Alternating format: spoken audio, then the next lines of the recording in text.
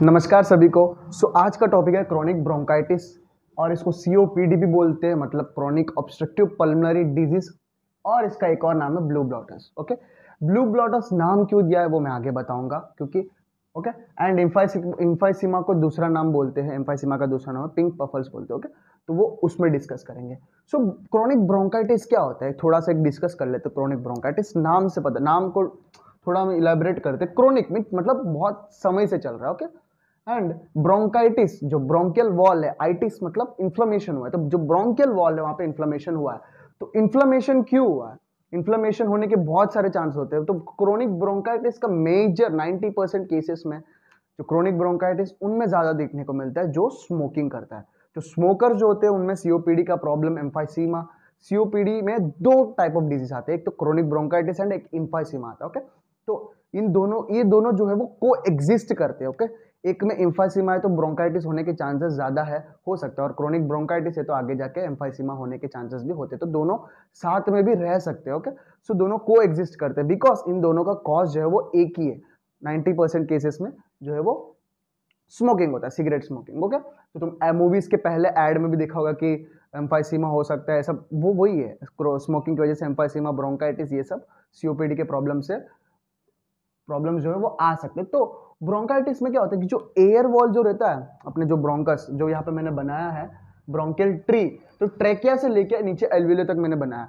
तो ट्रेकिया से पहले primary bronchi, secondary bronchi, tertiary bronchi, terminal bronchi. ये ट्रेकिया से लेकर मतलब प्राइमरी ब्रोंकाई से लेकर ट्रेकिया टर्मिनल ब्रोंकाई तक यहाँ पे जो है इन्फ्लेमेशन जो है देखने को मिलता है। ओके, ये पर्टिकुलर पार्ट तक। ओके, और इसके नीचे वाला जो पार्ट है पूरा एसिनस, ओके, पूरा एसिनस पार्ट में अगर इन्फ्लेमेशन हुआ है जो पूरा डायलेट हो जाता है, एल्वियोलस जो एसिनस पार्ट जो पूरा डायलेट, वो है एम्फाइसीमा में देखने को मिलता है। ओके ओके, तो हम देखते हैं कि ब्रोंकाइटिस, क्रोनिक ब्रोंकाइटिस में क्या क्या होता है और इसके कॉजेस क्या होते हैं। ओके, तो ब्रोंकाइटिस इज एन इन्फ्लेमेशन, देखो बोला ना, इन्फ्लेमेशन ऑफ ब्रोंकस और ब्रोंकियल ट्यूब। ये जो ट्यूब्स है इनका इन्फ्लेमेशन हो जाता है in the lungs which leads to persistent cough. ये सिम्टम्स की बात करें, which leads to persistent cough. Chronic bronchitis का एक मतलब बोलते हैं ना कि एक pin pointing symptom is persistent cough. कितने? 3 महीने से लेकर 2 साल कंटिन्यूसली चलता परसिस्टेंट कफ, प्रोडक्टिव कफ रहता है, और साथ में एक्सेसिव म्यूकस रिलीज होता रहता है with sputum production. Okay, mucus नहीं, sputum production for at least 3 months to 2 consecutive years. Okay, so this is the definition of chronic bronchitis. chronic bronchitis में वापस मैं बता देता हूँ, chronic bronchitis जो एयर वॉल्स होते हैं वहां पे इन्फ्लेमेशन देखने को मिलता है। इन्फ्लेमेशन किसके वजह से होता है? Continuously exposing with the smoke.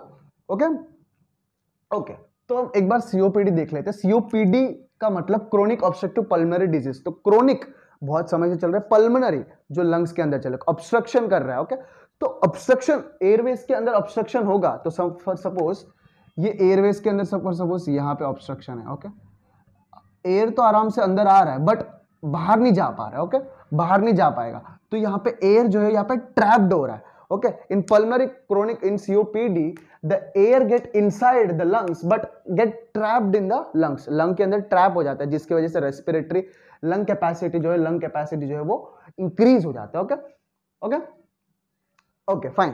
तो क्रोनिक ऑब्स्ट्रक्टिव पल्मोनरी डिजीज में 2 टाइप आते हैं, क्रोनिक ब्रोंकाइटिस एंड एम्फाइसीमा। तो इनके जो मेन सिम्टम्स जो डिफाइंड है, क्रोनिक ब्रोंकाइटिस को मेनली क्लिनिकल फीचर से डिफाइन करेंगे जो है प्रोडक्टिव कफ। ओके, मगर एम्फाइसीमा में कफ होता है मगर इतना नहीं होता as compare to chronic bronchitis. तो स्ट्रक्चरल चेंजेस जो है देखने को मिलते हैं एल्वियोलाई। एल्वियोलाई का जो enlargement of air spaces and acinus, जो ये वाला पार्ट जो है वो पूरा एसिनस है। ओके, ये वाला पार्ट पूरा जो है वो डायलेट हो जाता है। ओके, इनके अंदर जो भी स्मूथ मसल्स वो सब रहते हैं वो पूरे जो है वो कंप्लीटली डिस्ट्रॉय हो जाते हैं because of the excessive smokers जो उनमें देखने को मिलता है। ओके, पूरा डायलेट हो जाता है, इरिवर्सिबल होता है। ओके, इरिवर्सिबल होता है, एकदम हवा अंदर जाते ही वो बलून की तरह फूल जाता है। ओके, मगर इसकी पूरी इलास्टिसिटी क्या होता है कि अब एयर अंदर आया ये फूल जाएगा। ओके, बलून की तरह फूल जाएगा। देन इसमें इलास्टिसिटी होता है कि वो नॉर्मल अपने शेप में आ जाता है, तो एयर जो है वो आसानी से चला जाता है। मगर स्मोकिंग की वजह से इनकी इलास्टिसिटी जो है वो पूरी डिस्ट्रॉय हो जाती है, खत्म हो जाती है। तो वो एयर अंदर आ जाता है तो वो पूरा डायलेट तो हो जाता है मगर वो इनकी इलास्टिसिटी नहीं रहती। तो वो एयर जो है वो ट्रैप्ड रहता है, तो पूरी तरीके से एयर अंदर नहीं जा पाता है, तो पेशेंट को बहुत ज़बरदस्ती एक्सपिरेट कर मतलब हवा को बाहर निकालना पड़ता है, CO2 को, क्या गैस को बाहर निकालना पड़ता है। तो क्रोनिक ब्रोंकाइटिस को हम प्रोडक्टिव कफ से डिफाइन करेंगे एंड एम्फाइसीमा को प्रोडक्ट जो इनमें स्ट्रक्चरल चेंजेस होंगे। Okay chronic bronchitis and emphysema both जो है को एग्जिस्ट करते बिकॉज इनका कॉज जो है वो सेम है, मैंने बताया।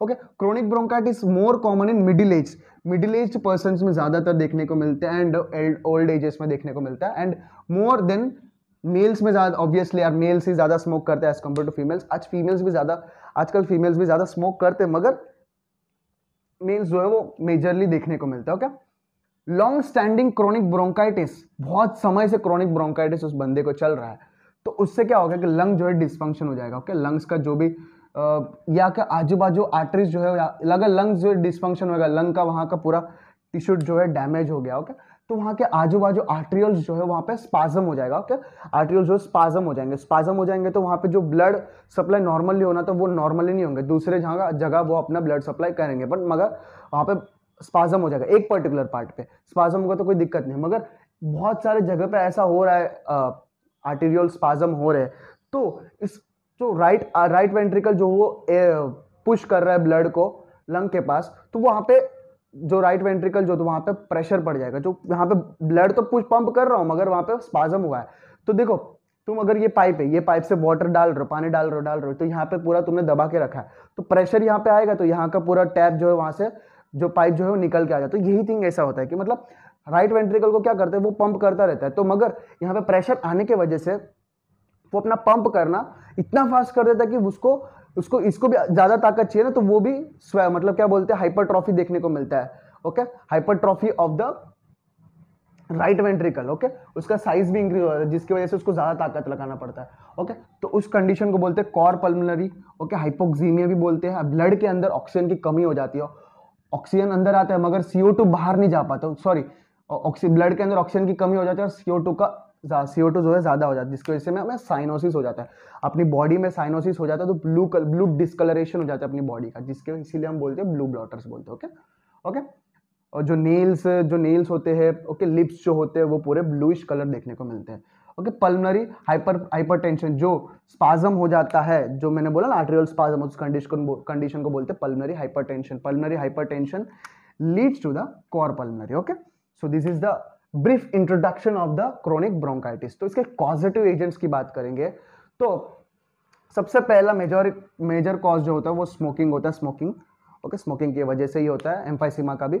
And then second one is the atmospheric pollution. Like अगर कोई पेशेंट को क्रोनिक ब्रोंकाइटिस है, ओके क्रोनिक ब्रोंकाइटिस है, बहुत रेयर कंडीशन में देखने को मिलता है, एम्फाइसीमा तो होता ही नहीं, ऑलमोस्ट जो स्मोकर्स नहीं होते उनमें एम्फाइसीमा देखने को नहीं मिलता, मगर एम्फाइसीमा एक कंडीशन में देखने को मिलता है जो अल्फा 1 ट्रिप्सिन जो है वो उसमें डेफिशिएंसी हो जाती है, उनमें देखने को मिलता है एम्फाइसीमा, वो जेनेटिक कंडीशन होता है।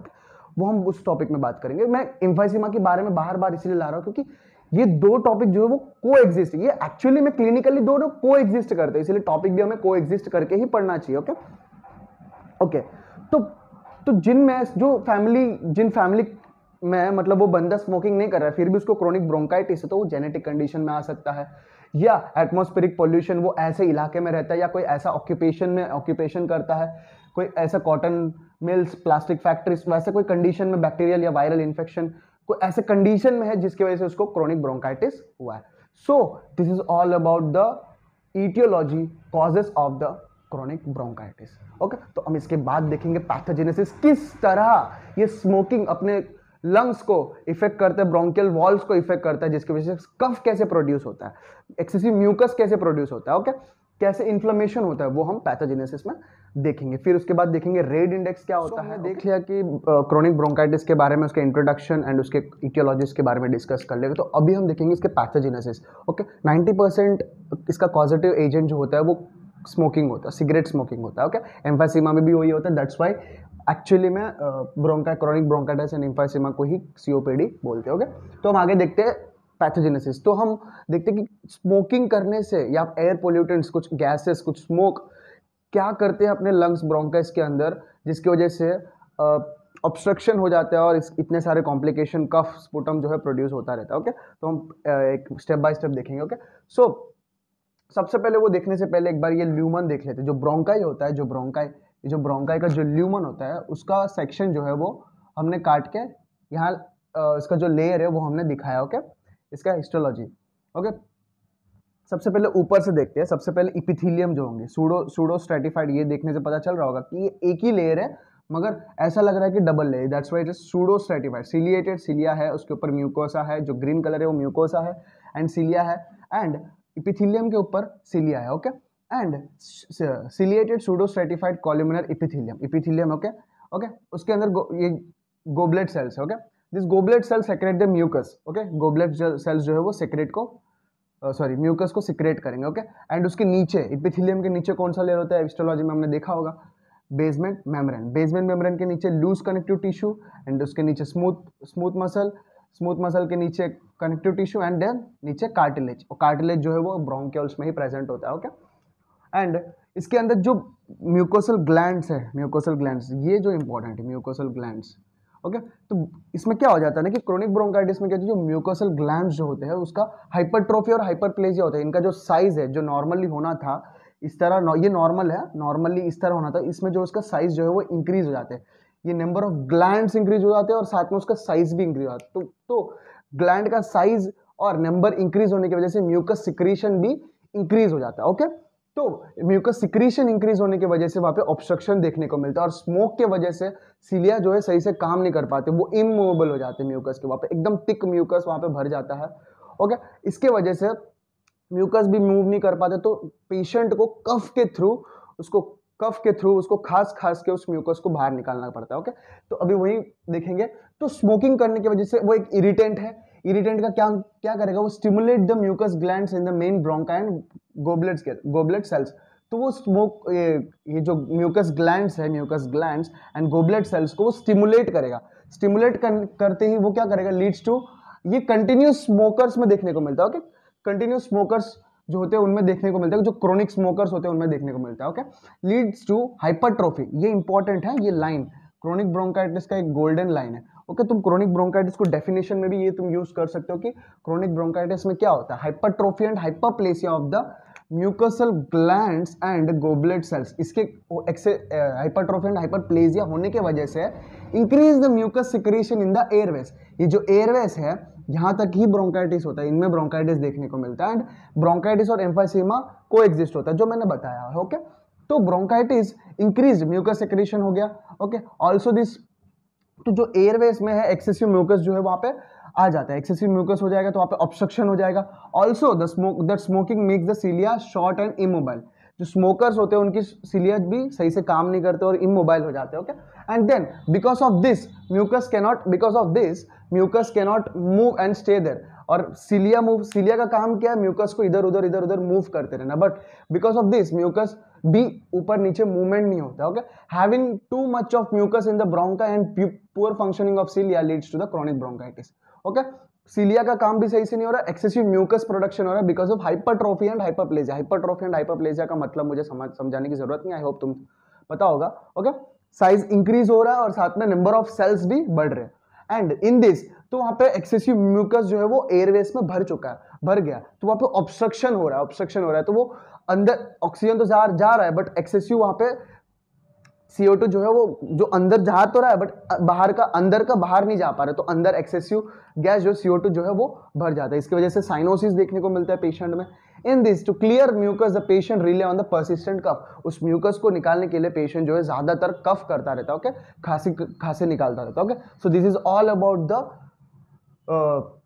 Pathogenesis of the chronic bronchitis. तो ये म्यूकोसल ग्लैंड्स जो है वो, ये जो ग्लैंड्स है वो अपना नंबर जो है वो इंक्रीज हो जाते हैं। ओके, नंबर जो है वो इंक्रीज हो जाते हैं। ओके, इंक्रीज हो जाता है, इसका साइज भी बहुत बढ़ जाता है। इसकी वजह से म्यूकस सिक्रीशन भी जो है वो एक्सेसिवली हो जाता है। ओके, तो इसकी वजह से ऑब्स्ट्रक्शन देखने को मिलता है। तो एक और छोटा सा पॉइंट है रेड इंडेक्स एक डायग्नोस्टिक थिंग है जिससे हम फाइंड आउट करते हैं। तो रेड इंडेक्स नॉर्मली जो है वो 40% होना चाहिए, बट क्रोनिक ब्रोंकाइटिस में 40% के ऊपर होता है। तो रेड इंडेक्स क्या होता है, thickness of the mucosal gland.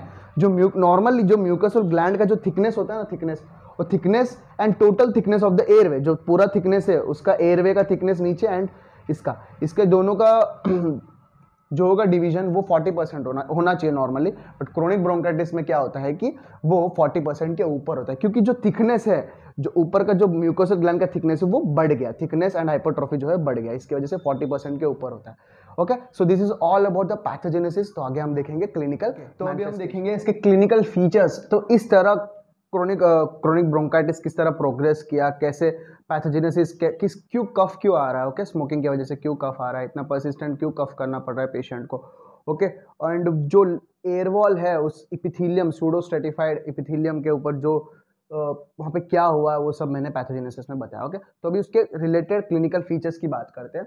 तो क्लिनिकल सिम्टम्स फीचर्स क्या क्या देखने को मिलते हैं। सबसे पहले जो है परसिस्टेंट कफ, जो ब्रोंकाइटिस का पिन पॉइंट सिम्टम जो है परसिस्टेंट कफ होगा 3 महीने से लेके कंसेक्यूटिव 2-3 साल तक ऐसे चलता ही रहेगा, ओके, जो स्मोकर्स होते हैं, ओके। स्पुटम प्रोडक्शन होगा, एंड ये जो कफ प्रोडक्शन, ये जो स्पुटम प्रोडक्शन जो है वो विंटर्स के टाइम पे ज्यादा हो जाता है, ऑब्वियसली बात है, ओके। एंड रिकरेंट इन्फेक्शन होता है, रिकरेंट इन्फेक्शन और निमोनिया होने के भी चांसेस ज्यादा हो, क्योंकि वो म्यूकस जो है वहाँ पे रहता है, ओके। तो इजीली बैक्टीरिया जो है वहाँ पे आके अपना इन्फेक्शन जो है इजीली फैला सकते हैं, ओके। एंड एक्सेप्शनल डिज्निया, अगर पेशेंट भागदौड़ की, एक्सरसाइज किया, कुछ ऐसा चलते बहुत ऊपर तक सीढ़ियाँ चढ़ा तो उसको एकदम सांस फूल जाएगी, उसको सांस नहीं आने, मतलब ब्रीथलेसनेस फील होगा, ओके। एंड सीओपीडी में क्या होता है ना कि ऑक्सीजन अंदर जा रहा है, ऑक्सीजन जो गैस है वो अंदर जा रहा है, मगर पूरी तरीके से बाहर नहीं आ रहा है। तो पूरी तरीके से बाहर कौन सा गैस आता है, CO2। तो CO2 सही से बाहर नहीं आ पा रहा है, तो CO2 जो है अंदर एक्यूमुलेट हो रहा है, ओके। इसकी वजह से रेस्पिरेटरी कैपेसिटी जो है वो बढ़ रहा है, ओके। अंदर एक्यूमुलेट होने की वजह से ऑक्सीजन की कमी हो रही है, तो अंदर एक्यूमुलेट होने की वजह से पूरी तरीके से हम ऑक्सीजन भी नहीं ले पाएंगे, पूरी तरीके से छोड़ भी नहीं पाएंगे, तो अंदर ऑक्सीजन की कमी देखने को मिलेगी। ऑक्सीजन की कमी अंदर हाइपोक्सेमिया मतलब ब्लड के अंदर ऑक्सीजन की कमी हो जाना। तो ब्लड के अंदर ऑक्सीजन की कमी हो जाएगी, तो that eventually leads to the hypoxia, okay, hypoxia in tissues, okay. And hypoxemia देखने को मिलता है, एंड हाइपोक्सेमिया है तो ब्लड के अंदर ऑक्सीजन की कमी है, तो CO2 अंदर एक्यूमुलेट हो रहा है, तो ऑक्सीजन ब्लड के अंदर ऑक्सीजन CO2 की मात्रा जो है वो बढ़ चुका है, increase CO2 in the blood. तो इंक्रीज्ड बॉडी में CO2 ज्यादा हो जाएगा, तो उस कंडीशन को बोलते हैं साइनोसिस। साइनोसिस में क्या होता है, blue discoloration of the skin का जो कलर जो है वो ब्लू टेक्सचर में हो जाता है। तो इसके लिए हम इस पेशेंट को ब्लू ब्लॉटर्स बोलते हैं, ओके, इंपॉर्टेंट थिंग। और एम्फाइसीमा को पिंक पफर्स क्यों बोलते हैं, क्योंकि वो उसको ऑक्सीजन गैस अंदर जाती है, वो जो एयर फ्लो है वो फूल जाता है, ओके, जो एल्वियोले है वो फूल जाता है, उसकी इलास्टिसिटी निकल जाने पर, उसकी इलास्टिसिटी डैमेज होने पर वो पूरी तरीके से बाहर गैस को रिलीज नहीं कर पाते हो, तो वो अंदर जो वो पूरा गैस जो एक्यूमुलेट हो जाता है एयर जो। तो पेशेंट को क्या है, जबरदस्ती इस तरह करना पड़ता है, तो इसकी वजह से उसके गाल जो है एकदम पिंकिश देखने को मिलता है, ओके, फूला हुआ दिखता है, पिंकिश बैरल शेप्ड चेस्ट देखने को मिलता है, तो ओके। तो इसीलिए एम्फाइसीमा को पिंक पफर्स बोलते हैं, ओके, ओके। तो ये हुए क्लिनिकल फीचर्स इस पेशेंट के, एंड इसके कॉम्प्लिकेशंस की बात करते हैं, ओके। कॉम्प्लिकेशंस की बात करने से ये डायग्राम देखो, तो ये ऊपर के एल्वियोले हुए, ऊपर का रेस्पिरेटरी सिस्टम, ब्रोंकियल ट्री, वहां पे पूरा इन्फेक्शन हुआ है, इन्फेक्शन होने की वजह से यहाँ पे पूरा जो है वो म्यूकस भर चुका है, तो मतलब यहाँ का पूरा डैमेज जो है हो रहा है। तो डैमेज होने की वजह से क्या हो रहा है कि लार्ज स्टैंडिंग क्रोनिक ब्रोंकाइटिस और COPD, okay, large standing COPD बहुत समय से चल रहा है, तो large portion of area of the lung is not exchanging of CO2। तो वहाँ पे बहुत पहले से उसको COPD का प्रॉब्लम चल रहा है, ओके। तो उसका लार्ज पोर्शन ऑफ लंग जो है वो सही से काम नहीं कर रहा, ऑक्सीजन को एक्सचेंज नहीं कर रहा है, तो एक्सचेंज नहीं कर रहा है, तो वहाँ के जो आर्टेरियल्स होंगे, that areas pulmonary arteries gets undergo vasoconstriction. तो वहाँ के जो एरियाज, देखो एरिया का जो, अब देखो बोलते ना कि इस बंदे का काम, ये बंदा सही से काम नहीं कर रहा है, वो बंदा सही से काम नहीं कर रहा है, तो उसको पगार देना या उसको काम देना भी पूरी तरीके से बंद कर देंगे, और एट द एंड उसको काम से निकाल देंगे। तो यही चीज होता है। तो लंग टिश्यू एक पर्टिकुलर COPD होने की वजह से एक पर्टिकुलर एरिया जो है पूरी सही तरीके से ऑक्सीजन जो है वो एक्सचेंज नहीं कर पाते, तो वहाँ के जो आर्टेरियल्स जो ब्लड सप्लाई देते हैं, वहाँ के आर्टेरियल्स जो ब्लड सप्लाई देते हैं वो वैसो कॉन्स्ट्रिक्ट हो जाता है, वैसो कॉन्स्ट्रिक्शन देखने को मिलता है। तो वैसो कॉन्स्ट्रिक्शन होते ही leads to the pulmonary hypertension, okay. तो वहाँ पे जो है पल्मोनरी हाइपरटेंशन देखिए, एक छोटे से पर्टिकुलर एरिया पे कोई दिक्कत नहीं, लार्ज एरिया जो है वहाँ पे वैसो कॉन्स्ट्रिक्शन देखने को मिलेगा, तो यहाँ का जो वैसो कॉन्स्ट्रिक्ट हो जाएगा, ओके, वैसो कॉन्स्ट्रिक्ट हो गया, यहाँ के आर्टरीज जो है वैसो कॉन्स्ट्रिक्ट होंगे, वैसो कॉन्स्ट्रिक्ट हो गए, वैसो कॉन्स्ट्रिक्ट। तो वैसो यहाँ के कॉन्स्ट्रिक्ट हो गए, तो यहाँ पे राइट आर्टेरियल जो राइट वेंट्रिकल जो है वो ब्लड, राइट हार्ट जो है वो ब्लड जो है वो लंग के पास पहुंचा रहा है।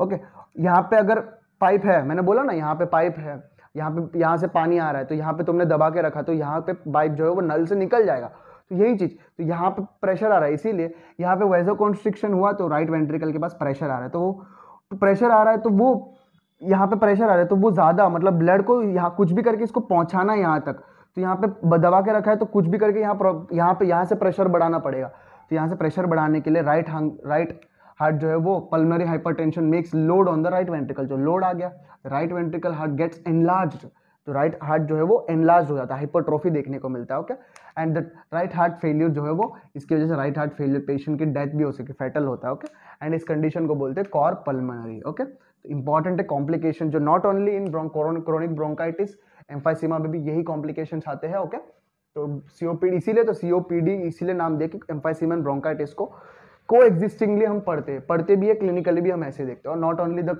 Pulmonary hypertension, hypoxemia, cor pulmonary, but also the respiratory failure due to the infection, consistent infection होता रहेगा, रिकरेंट इन्फेक्शन की वजह से रेस्पिरेटरी फेलियर भी हो सकता है। Okay, so this is all about the complications. हो हम डायग्नोसिस की बात करते हैं। डायग्नोसिस सबसे पहले पेशेंट के कफ बहुत महीनों से खांसी आ रही है पेशेंट को, तो उससे हमें पता चल जाएगा भाई पेशेंट को कुछ तो हुआ है। ओके, कुछ तो कंडीशन ऐसा है जो रेस्पिरेटरी रिलेटेड है, तो उससे हमें थोड़ा आइडिया आ जाएगा स्पुटम आ रहा है, विंटर के टाइम पे वर्स ज्यादा हो रहा है कंडीशन। ओके, और उसका चेहरा जो है वो ब्लू ब्लॉटस अपने इंडियंस में देखने को नहीं मिलेगा, क्योंकि इंडियंस बहुत मोस्टली ब्राउनिश होते हैं, तो उनमें ब्लूइश कलर देखना बहुत मुश्किल होता है। बट फॉरेनर्स जो होते हैं वो एकदम, उनका स्किन टेक्सचर जो होता है एकदम वाइटिश होता है। ओके, तो उनमें ब्लू जो है इजीली फाइंड आउट हो जाता है। ओके, जो इंडिया में भी जो कुछ लोगों में देखने को मिलता है, मगर फॉरेनर्स में ये ब्लू ब्लॉटस वाला कंडीशन जो इजीली फाइंड आउट हो जाता है। Okay, and listening to the breathing of patient, stethoscope रख के जो पेशेंट ब्रीथ कर रहा है वो फोर्स देता रहेगा, मतलब एक टाइप ऑफ ऐसा लगेगा कि वो कुछ ऐसा लगेगा कि वो एकदम फोर्सफुल्ली काम चल रहा है अंदर, क्योंकि वो जो पाइप है, जो तुम सिंपल से यार एक पाइप को ले और उसको दबा दो तो अंदर जो भी आवाज कैसा खरखर कर कर आवाज आएगा, तो खरखर कर आवाज आता रहेगा। ओके, तो स्पुटम टेस्ट भी देखा जाएगा, तो स्पुटम जो निकलता है वो स्पुटम भी टेस्ट करते हैं। Okay, and pulmonary function test, तो पल्मोनरी फंक्शन टेस्ट में स्पायरोमीटर यूज करते हैं। ओके, स्पायरोमीटर में क्या होता है कि जो एफ ही फोर्स एक्सपेक्टरी वॉल्यूम, जो 1 सेकेंड, 1 का मतलब फोर्स एक्सपेक्टरी वॉल्यूम जो 1 सेकेंड में करते हैं। ओके, इसका नॉर्मली 5 लीटर होता है, एंड 1 सेकेंड में 5 litre. Okay, and force volume capacity, force expiratory volume capacity जो होता है वो 4 लीटर होता है, इसका नॉर्मली 80% होना चाहिए था, मगर जिस पर्सन को सीओपीडी होता है उसका 80% से कम होता है। ओके, मतलब 2 लीटर हो जाए, मतलब इन शॉर्ट 80% से कम होता है। Okay, okay, and total lung capacity जो है इंक्रीज होता है, क्योंकि वो अंदर गैस जो वो एक्यूमुलेट हो रहा है, ट्रैप्ड हो रहा है, तो इसकी वजह से लंग कैपेसिटी जो है वो इंक्रीज हो जाती है। ओके, एंड साथ में पार्शियल प्रेशर ऑफ O2 जो अपने ब्लड के अंदर वो कम हो जाता है, पार्शियल प्रेशर ऑफ CO2 जो है वो इंक्रीज हो जाता है। चेस्ट एक्सरे में किस तरह प्रोमिनेंट वेसल जो एकदम प्रोमिनेंट दिखने को मिलेंगे, क्योंकि पल्मोनरी हाइपरटेंशन देखने को मिल रहा है, and enlarged cardiac size. Okay, and treatment की बात की तो सबसे पहले ट्रीटमेंट में क्या आएगा तुम्हारे हिसाब से, सोचो तो मेजर कॉज क्या क्रोनिक ब्रोंकाइटिस सीओपीडी का जो है स्मोकिंग। तो स्मोकिंग जो है सबसे पहले स्मोकिंग को हटाना पड़ेगा, एंड और ऑक्सीजन की कमी, पार्शियल प्रेशर ऑफ ऑक्सीजन अपनी बॉडी में 56 mm/Hg से कम है तो ऑक्सीजन थेरेपी की जरूरत पड़ेगी उस बंदे को, एंड इनहेल्ड ब्रोंकोडायलेटस की जरूरत है, एंड थायोफिलिन एंड एंटीबायोटिक्स भी देंगे अगर, क्योंकि रिकरेंट इन्फेक्शन होता रहेगा। ओके, एक्यूट ब्रोंकाइटिस होता रहेगा कंडीशन में, एक्यूट एक्जार्बेशन होते रहेंगे, क्रोनिक कंडीशन में भी बहुत सारे इन्फेक्शन आते रहेंगे, बार बार आते रहेंगे। ओल्ड एज में देखने को मोस्टली, अडल्ट एज में अर्ली अडल्ट मतलब लेट अडल्ट एज में देखने को मिलता है, क्योंकि वो लेट अडल्ट एज में क्योंकि देखने को मिलता है क्योंकि बहुत सालों से वो स्मोकिंग करता रहता है, तो इस कंडीशन में देखने को मिलता है। Okay, and pulmonary rehabilitation centres में भेजना पड़ता है। तो ये एक लास्ट कंडीशन है कि मतलब पेशेंट को रिकवरी के लिए तो रिहैबिलिटेशन में क्या करते हैं, एक पर्टिकुलर ब्रीथिंग एक्सरसाइजेस करवाते हैं।